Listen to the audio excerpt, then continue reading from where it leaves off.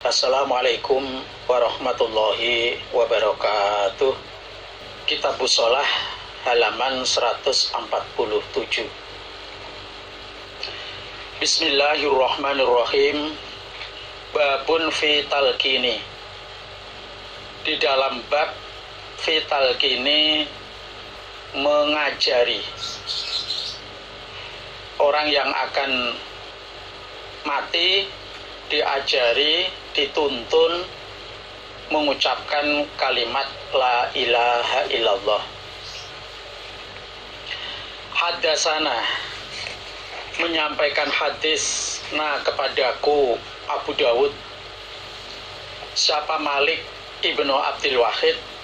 Malik anak lelakinya Abdul Wahid al-Misma'i, bangsa al-Misma'i. Haddatsana, menyampaikan hadisna pada kami Malik. Siapa? Abduhaq ibnu Makhladin.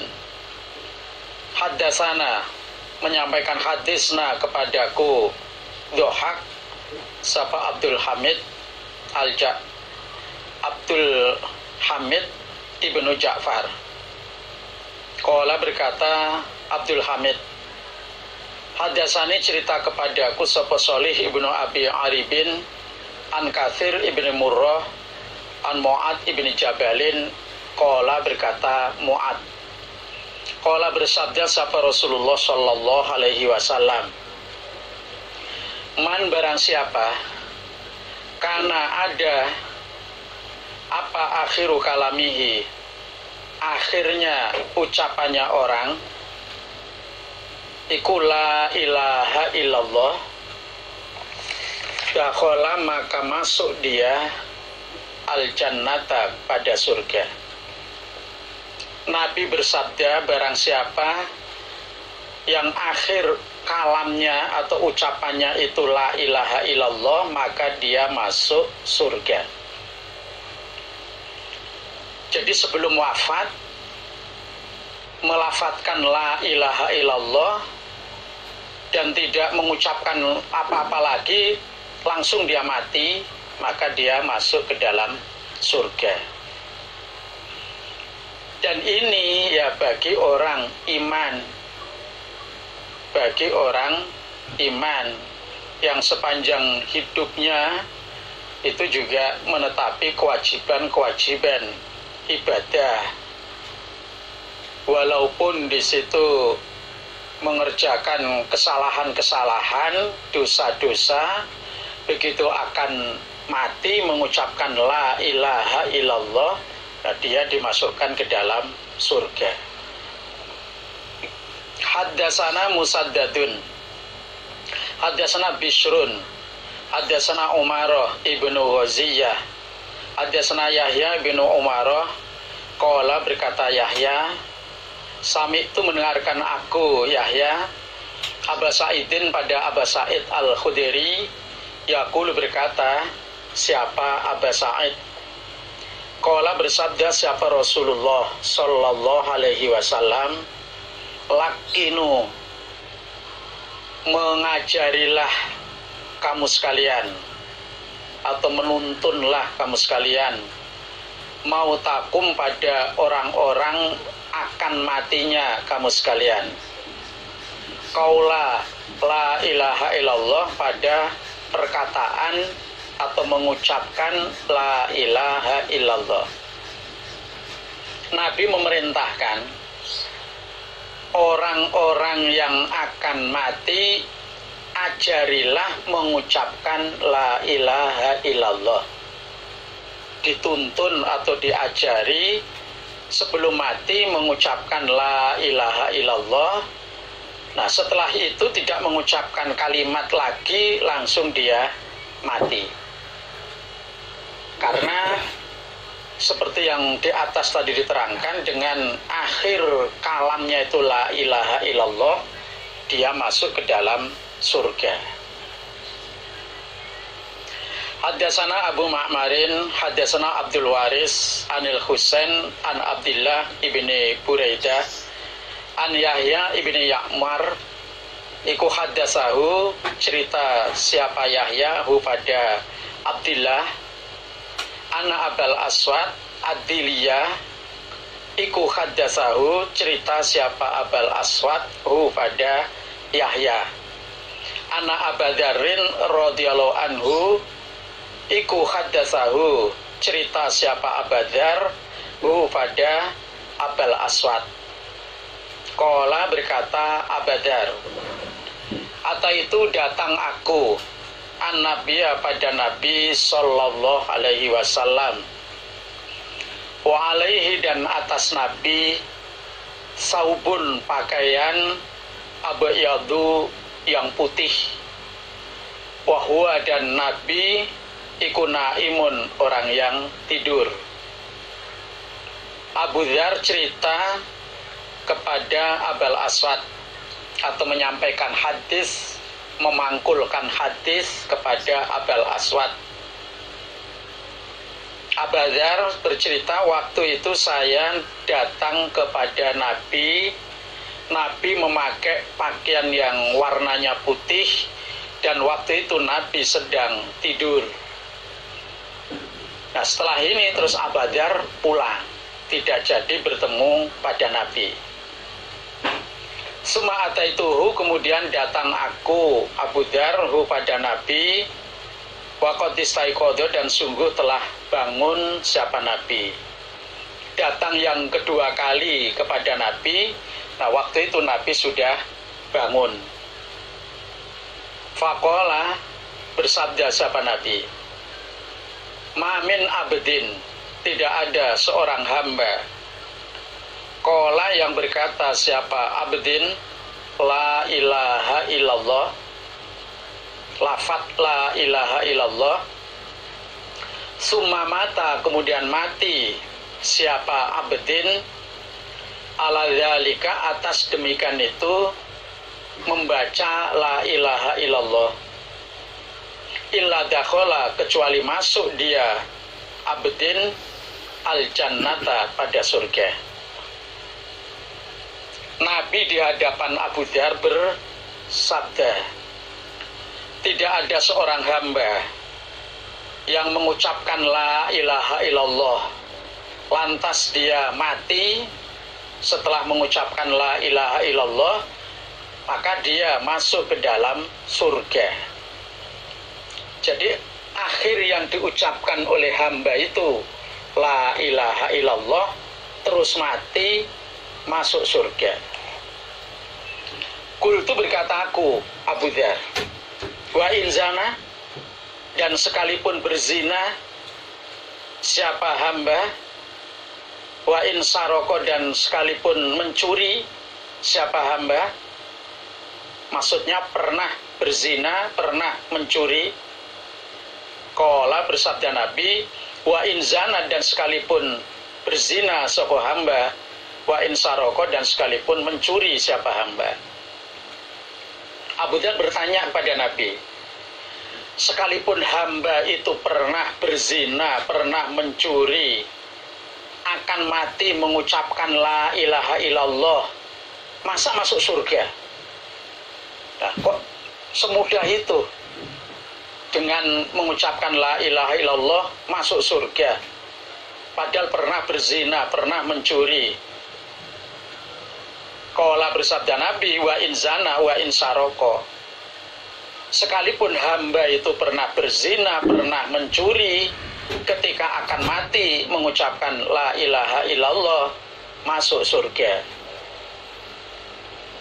Qultu, berkata aku Abu Dzar, wa in zana, dan sekalipun berzina sapa hamba, wa in saroko, dan sekalipun mencuri sapa hamba.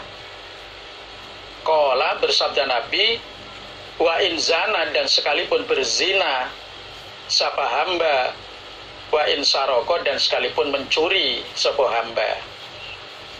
Nah, Abu Dzar masih belum percaya, maka bertanya sampai kedua kali, walaupun hamba itu pernah berzina, pernah mencuri, masa dia mau mati mengucapkan la ilaha illallah masuk surga? Nah, Nabi menjawab, wa in zana wa in saroko, sekalipun hamba itu pernah berzina, pernah mencuri, mau mati mengucapkan la ilaha illallah, masuk surga. Qultu, berkata aku, Abu Dzar, wa in zana, dan sekalipun berzina sapa hamba, wa in saroko, dan sekalipun mencuri. Qala, bersabda Nabi, wa in zana wa in saroko. Untuk ketiga kalinya Abu Dzar masih belum percaya, bertanya lagi kepada Nabi, dan jawaban Nabi tetap, orang yang mengucapkan la ilaha illallah terus mati, walaupun pernah berzina, pernah mencuri, ya masuk surga. Ala rogmi anfi abidarin, atas geruwungnya, kalau bahasa Jawa geruwung, atau ya terlukanya hidungnya Abi Dzar. Walaupun Abi Dzar bertanya wa in zana wa in saroko berulang-ulang, bertanya sampai hidungnya Abu Dzar ini terluka, ya tetap hamba yang akan mati mengucapkan la ilaha illallah masuk surga. Wakana, dan ada sopa Abu Dzarin, Abu Dzar, idza haddasa, ketika menyampaikan hadis sopa Abu Dzar, bihadza, pada ini hadis. Qala, berkata sopa Abu Dzar, wa in rohima anfu Abi Dzarin, wa in rohima, dan sekalipun terluka opo anfu Abi Dzarin, hidungnya Abu Dzar. Ketika Abu Dzar itu menyampaikan hadis ini kepada murid-muridnya, Abu Dzar juga mengatakan wa in rohima anfu Abi Dzarin,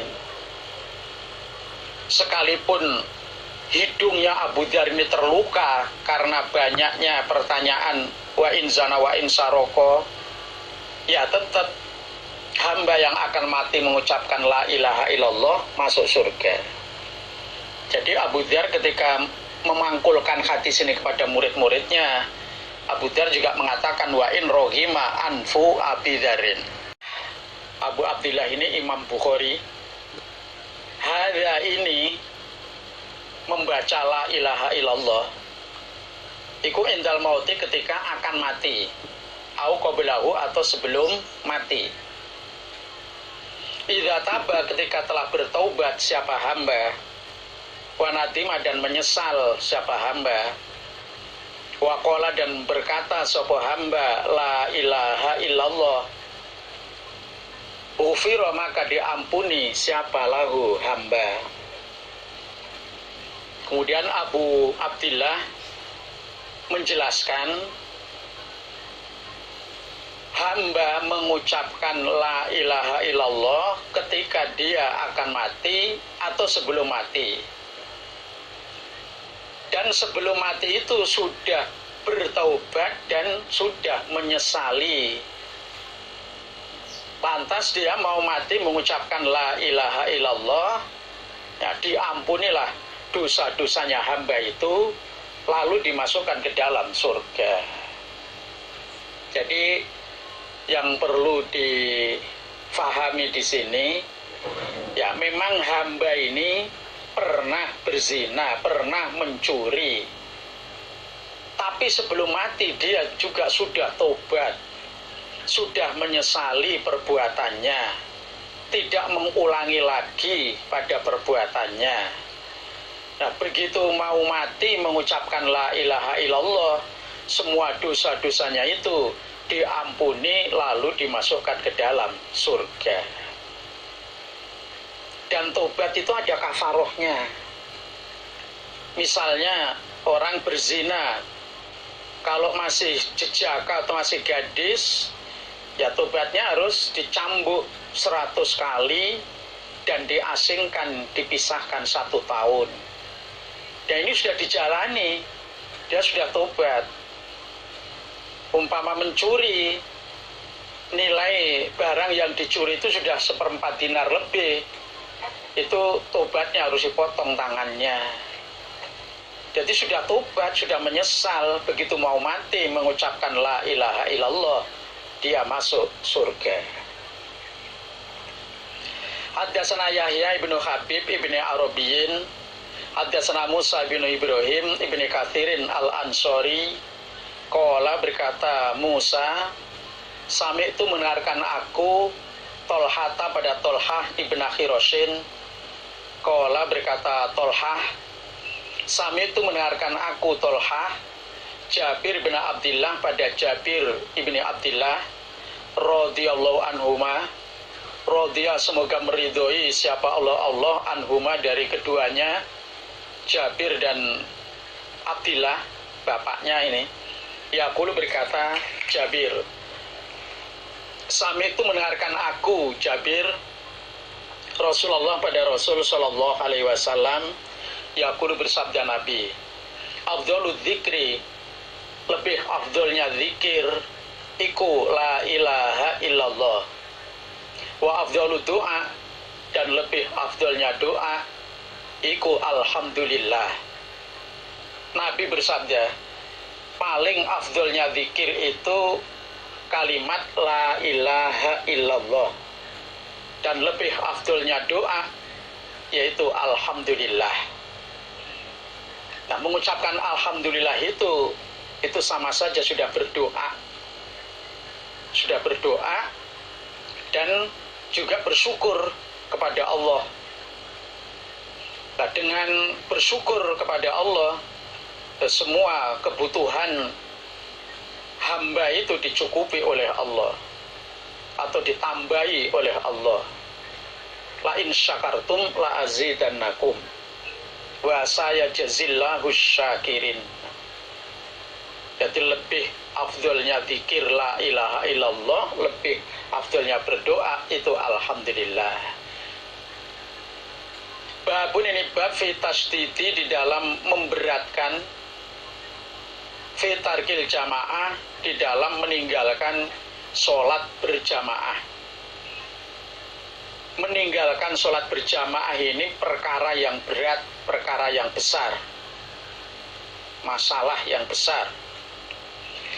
Haddatsana Ahmad ibnu Yunus, haddatsana Zaidah, haddatsana Sa'ib ibnu Khubaysh, an Mu'ad ibni Abi Tolhah al-Ya'muri, an Abi Darda, qala berkata Abi Darda, sami itu mendengarkan aku Abi Darda Rasulullah pada Rasul sallallahu alaihi wasallam yaqulu bersabda Nabi, mamin salasatin, tidak ada 3 orang, fi qaryatin, di dalam desa,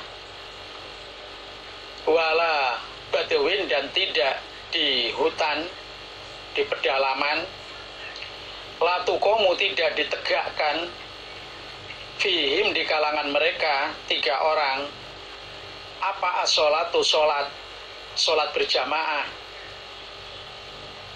illa qad istahwadha, kecuali sungguh mengalahkan, alaihim, kepada mereka 3 orang, siapa? Asyaitonu, setan. Nabi bersabda, tidak ada 3 orang yang ada di desa atau di pedalaman, lalu sholat berjamaah tidak dilaksanakan di kalangan mereka, kecuali setan itu telah mengalahkan kepada mereka. Jadi ini wajibnya mengerjakan sholat berjamaah, sekalipun yang di situ hanya ada 3 orang. Nah, kalau tidak mengerjakan sholat berjamaah berarti sudah kalah dengan pengaruhnya setan. Fa'alaika, maka menetapilah engkau Abu Darda bil jamaah, pada sholat berjamaah. Fa'ina mayakulu, sesungguhnya makan apa adzibu, serigala, al-qasiyah, pada kambing yang menyendiri. Fa'alaika bil jamaah fa innama ya'kulu dzibu al-qasiyah, menetapilah atau mengerjakanlah kamu sholat berjamaah, sesungguhnya serigala itu memangsa pada kambing yang menyendiri. Kalau kambing itu berkelompok, jumlahnya itu banyak, nah serigala itu tidak berani memangsa. Tapi kalau ada kambing yang menyendiri, itulah yang dimangsa oleh serigala. Nah, demikian juga dengan mengerjakan sholat berjamaah. Nah, di situ berarti setan tidak mampu mengganggu. Tapi kalau sholatnya tidak berjamaah sendiri-sendiri, berarti itu sudah kena gangguannya setan, sudah dikalahkan oleh setan.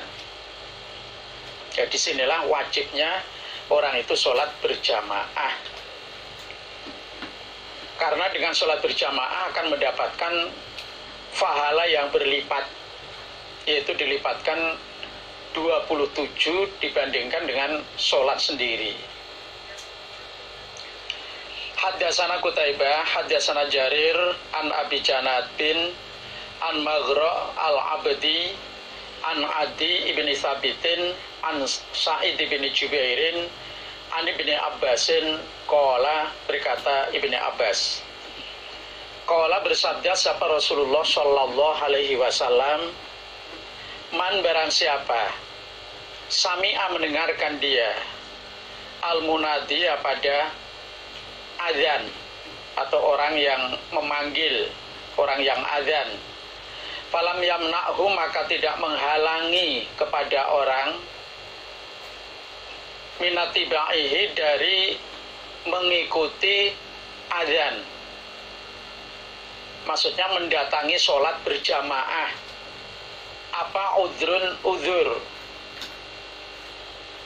Qalu, bertanya mereka sahabat, wa mal uzru, dan apakah uzur? Qala, menjawab siapa Nabi, bersabda siapa Nabi, yaitu khaufun, takut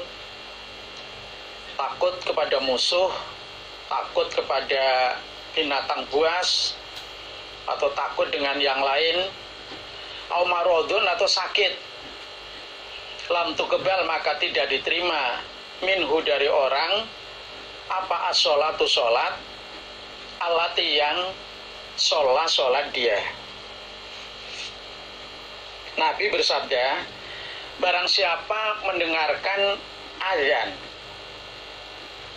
tidak ada uzur yang menghalangi dia untuk mendatangi azan, untuk sholat berjamaah. Jadi umpama dia datang ke masjid untuk sholat berjamaah, itu tidak ada uzur. Nah, ternyata dia tidak sholat berjamaah di masjid. Ya, terusnya hadis itu lang tukebal minhu sholatu alati sholat.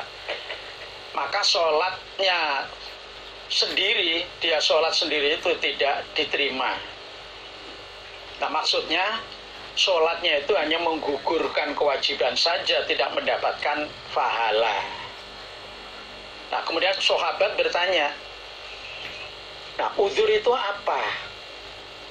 Nabi menjawab, uzur itu ya takut atau sakit. Misalnya mendengarkan azan, tapi mau mendatangi masjid untuk sholat berjamaah, dari rumah ke masjid, dia takut.